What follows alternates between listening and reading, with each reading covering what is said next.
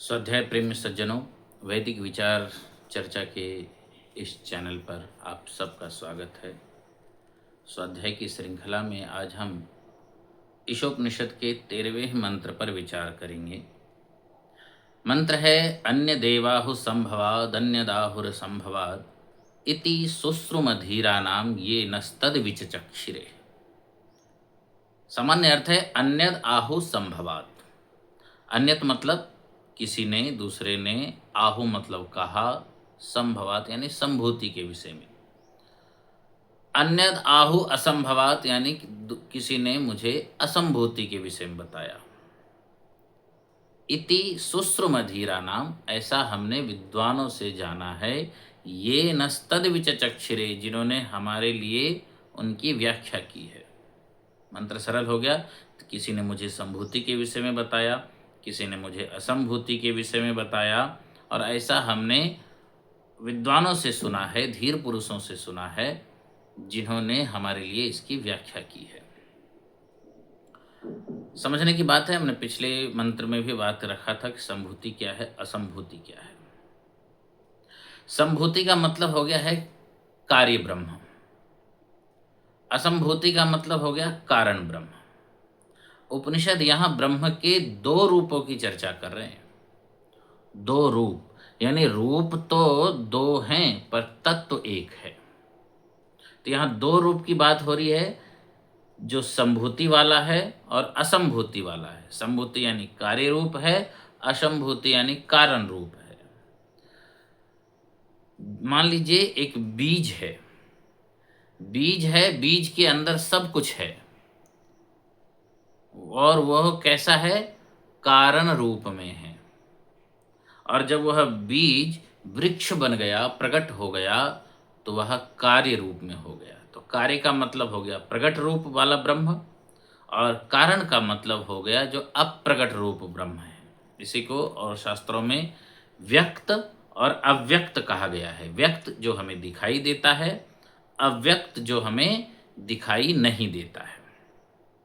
तो वो संभूति के विषय में बताया और असंभूति के विषय में बताया, यानी प्रकट ब्रह्म के विषय में बताया और अप्रकट ब्रह्म के विषय में बताया। तो यहाँ समझना है वेद का मंत्र यानी उपनिषदकार कह रहे हैं कि प्रकट ब्रह्म के उपासना का अलग फल है और अप्रकट ब्रह्म के उपासना का अलग फल है। यानी किसी ने हमें प्रकट ब्रह्म की उपासना का फल बताया, किसी ने अप्रकट ब्रह्म की उपासना का फल बताया। तो प्रकट ब्रह्म क्या हो गया, जो भी चीज़ें हमें इस सृष्टि में दिखाई दे रही हैं, व्यक्त हो रही हैं, वृक्ष हैं, पेड़ हैं, पौधे हैं, पत्थर हैं, ये सब प्रकट ब्रह्म हो गया। तो ब्रह्म के कार्य रूप का शुद्धतम अभिव्यक्ति जो है वो है जिसमें पत्थर भी हैं, पेड़ भी हैं, ये सब भी आ जाते हैं। तो ब्रह्म के कार्य रूप, तो कार्य ब्रह्म के ये सारी चीज़ें हैं। तो उपनिषदकार कह रहे हैं कि इसकी उपासना का, इनके पास आने का भी अलग फल है। यानी जब उपनिषद कहे गए तब देवताओं की बहुत पूजा होती थी। तो देवता कौन है, जो दिव्य हैं। दिव्य कौन है, तो ऐसे व्यक्ति या ऐसी वस्तुएं, ऐसी चीज़ें जिसकी दिव्यता ऐसी होती है जिसमें हमें प्रकट रूप होते हुए भी अप्रकट की अनुभूति होती है। समझ लीजिए एक दहलीज पे हैं ऐसे महापुरुष जिसमें हमें दोनों चीज़ दिखाई देता है। एक तो सामने से हमें प्रकट रूप में वैसे ही दिखाई देता है जैसे हम हैं, पर उनके अंदर एक अप्रकट, एक अव्यक्त की अनुभूति होती है।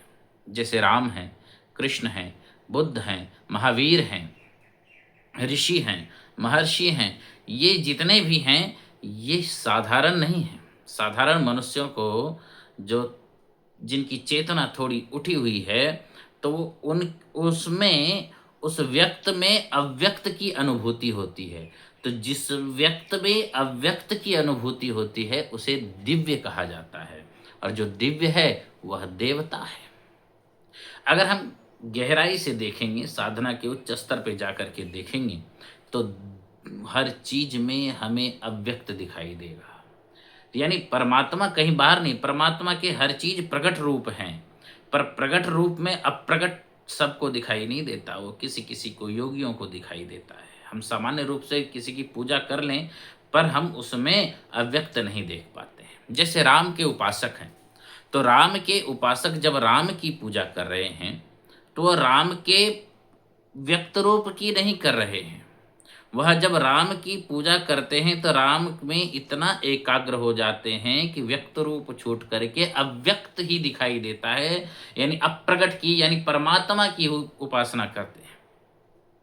तो जो राम की उपासना कर रहे हैं, उनको उस राम से लेना देना नहीं है जो दशरथ का पुत्र है, जो अयोध्या का राजा है, जो सीता का पति है, उससे नहीं लेना देना है। वो उस राम के अंदर जो दिव्यता है, दिव्यता यानी जिसमें अव्यक्त की झलक है, उसकी उपासना कर रहे होते हैं। जो लोग राम के भक्त नहीं हैं और जो राम के भक्त हैं, जब दोनों ही बातें करते हैं तो दोनों के बातों में अलग ही अंतर दिखाई देता है। जो राम के भक्त हैं वो राम में अव्यक्त अव्यक्त की विषय में चर्चा करते हैं, और जो राम के भक्त नहीं हैं तो वो राम को इस तरह से देखते हैं कि अयोध्या का निवासी, दशरथ का बेटा, सीता का पति, रावण का शत्रु, इस तरह से वो राम को देखते हैं। इसलिए इनमें विवाद होते हैं, पर विवाद को जब अब गहराई से देखें तो उपनिषदकार कह रहे हैं कि हाँ, इस दिव्य की उपासना का भी फल है, और दूसरा जो अप्रगट है उसकी भी उपासना का फल है। दिव्य की उपासना का फल क्या है? यानी जब हम इस देवताओं के समीप आते हैं, उपासना यानी समीप, इनकी उपासना करते हैं, इनकी पूजा करते हैं, तो इसका फल हमें पहुंचाता है, सुख तक पहुंचा सकता है ना? इसलिए उपनिषद कह रहे हैं कि जब हम दिव्य की उपासना करेंगे तो उसका भी फल है। उसका फल क्या है? वो अधिक से अधिक आपको सुख तक पहुंचा देगा, पर मोक्ष तक नहीं पहुंचा सकता है।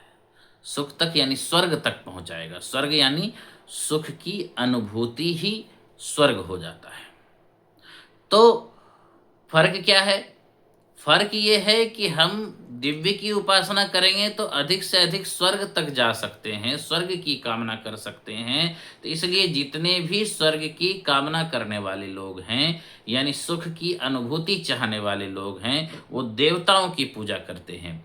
परंतु जो मोक्ष चाहने वाले लोग हैं, वह देवताओं की पूजा से पीछे हट जाते हैं। वे अव्यक्त की पूजा, निराकार ईश्वर की पूजा और अनंत चेतनाओं में रहने की पूजा, जो इस सृष्टि से मुक्त होना चाहते हैं, जो बार बार आवागमन के चक्कर से मुक्त होना चाहते हैं, ऐसे उपासक जो हैं वो अव्यक्त ब्रह्म की उपासना करते हैं। इसलिए उपनिषद किसी भी चीज़ को निषेध नहीं करता, मना नहीं करता, वो स्पष्ट कर देता है। कोई कहे कि मैं देवताओं की पूजा नहीं करता हूँ, कोई कहे कि मैं देवताओं की पूजा करता हूँ, तो उपनिषद ये नहीं कहता कि आप देवता की पूजा करो या ना करो। वह कहता है कि ये जान लो कि देवताओं के पूजा का क्या फल है और अव्यक्त ब्रह्म की पूजा का क्या फल है। देवताओं की पूजा, मैं बार बार रिपीट कर रहा हूं कि देवताओं की पूजा का फल है कि ये आपको अधिक से अधिक स्वर्ग तक पहुंचा दिया जाएगा, और जो अप्रगट अव्यक्त निराकार की पूजा का फल है कि यह आपको मोक्ष तक ले जाएगा। फर्क क्या है? फर्क यह है कि सुख चाहे कितना भी गहरा हो, चाहे कितना भी लंबा हो, उसका अंत होता है, और जब अंत होता है तो वह नरक बन जाता है। इसलिए हमने 3 चीज़ों की गढ़ा है, 3 चीज़ें नाम रखा है, स्वर्ग, नरक और मोक्ष। देवताओं की उपासना से हम स्वर्ग तक पहुंच सकते हैं, पर ध्यान रहे, जहाँ स्वर्ग है वो आज न कल नरक तो होगा ही होगा। जहाँ सुख है वहाँ दुख तो होगा ही होगा। जहाँ दुख है वहाँ भी कुछ दिनों बाद सुख तो होगा ही होगा। पर इनसे अगर अलग होना है, आनंद की अनुभूति में हमेशा रहना है, तो वो है मोक्ष। और जो मोक्ष होगा वो अव्यक्त की उपासना से ही हमें प्राप्त होगा। इसलिए अब उपनिषद के इस मंत्र का हमने पहले लाइन को क्लियर किया है कि अन्यद आहु संभवाद, अन्य राहु असंभवाद। दूसरी लाइन भी बड़े गहरी है। वो कह रहे हैं इति शुश्रुम अधीरा नाम ये नस्तद विचचक्षरे, ऐसा हमने विद्वानों से सुना है, धीर पुरुषों से सुना है, जिन्होंने हमारे लिए व्याख्या की है, जिन्होंने जाना है। कहने की बात है कि उपनिषद की ऋषि, ये वेद मंत्र भी है, यजुर्वेद का 40वें अध्याय का मंत्र है। ये वेद के ऋषि, उपनिषद के ऋषि ये कह रहे हैं कि ऐसा हमने किसी से सुना है। इसका मतलब कि ज्ञान का कोई अंत नहीं है। ये वेद से पहले भी ज्ञान की परंपरा चल रही है और ज्ञान अनंत है, और यहाँ अहंकार बिल्कुल भी नहीं है। आज हम थोड़ा-सा कुछ जान लेते हैं तो हम दावा करते हैं कि ये बात मैंने कही है, ये पहली बार मेरे मुख से निकली है ना? मैंने जो कह दिया वो पत्थर की लकीर है। पर उपनिषद के ऋषि इतने ज्ञानी, इतने तपस्वी होते हुए भी उनकी सरलता देखिए, उनकी मौलिकता देखिए कि वो कह रहे हैं कि ऐसा हमने विद्वानों से सुना है। यानी ये ज्ञान जो है वो ज्ञान को केवल जाने नहीं है, उसको अपने जीवन में भी उतारा है इन ऋषियों ने। उन्होंने कहा है कि ऐसा हमने विद्वानों से जाना है। जानने का अनंत है।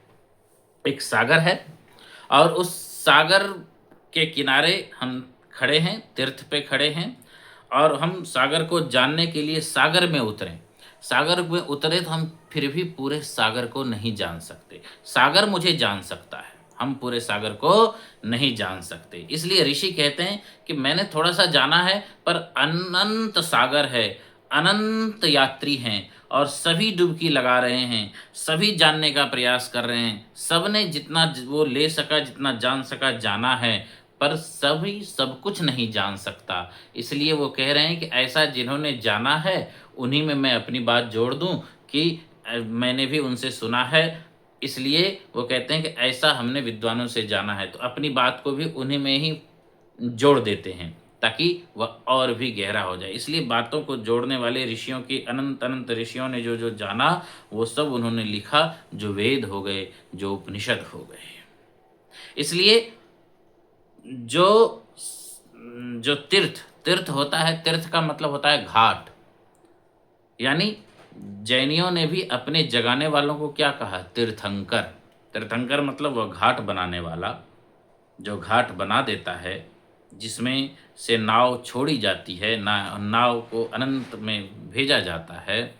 उस वैसे ही तीर्थंकर हुए हैं, महापुरुष हुए हैं, जिन्होंने घाट बना दिया और हमें ये ज्ञान रूपी समुद्र में जानने के लिए छोड़ दिया। अनंत अनंत तक जानें और हम उसको जानते हुए किस तरह से निरंकारी हो जाएँ कि हम भी ऋषियों की तरह ये उद्घोष कर सकें कि ऐसा हमने विद्वानों से सुना है, ऐसा हमने ऋषियों से पढ़ा है। इसलिए इस मंत्र को बड़े ध्यान से हम समझें कि मंत्र किसी चीज़ का निषेध नहीं कर रहा है, पर वह स्पष्ट कर रहा है। स्पष्टीकरण निषेध नहीं होता है। वो कहता है कि जो व्यक्त ब्रह्म है, उसकी उपासना के अलग फल हैं, और जो अव्यक्त ब्रह्म है, उसकी उपासना का अलग फल है ना? और ऐसे निरंकार निरअहंकारी होकर के अगर हम ब्रह्म को जानने के लिए जाएँ, तो निश्चित ही हम अव्यक्त को भी जान पाएँगे और उस मोक्ष की ओर अग्रसित होंगे। अधिक न कहता हुआ, इति ओम शम।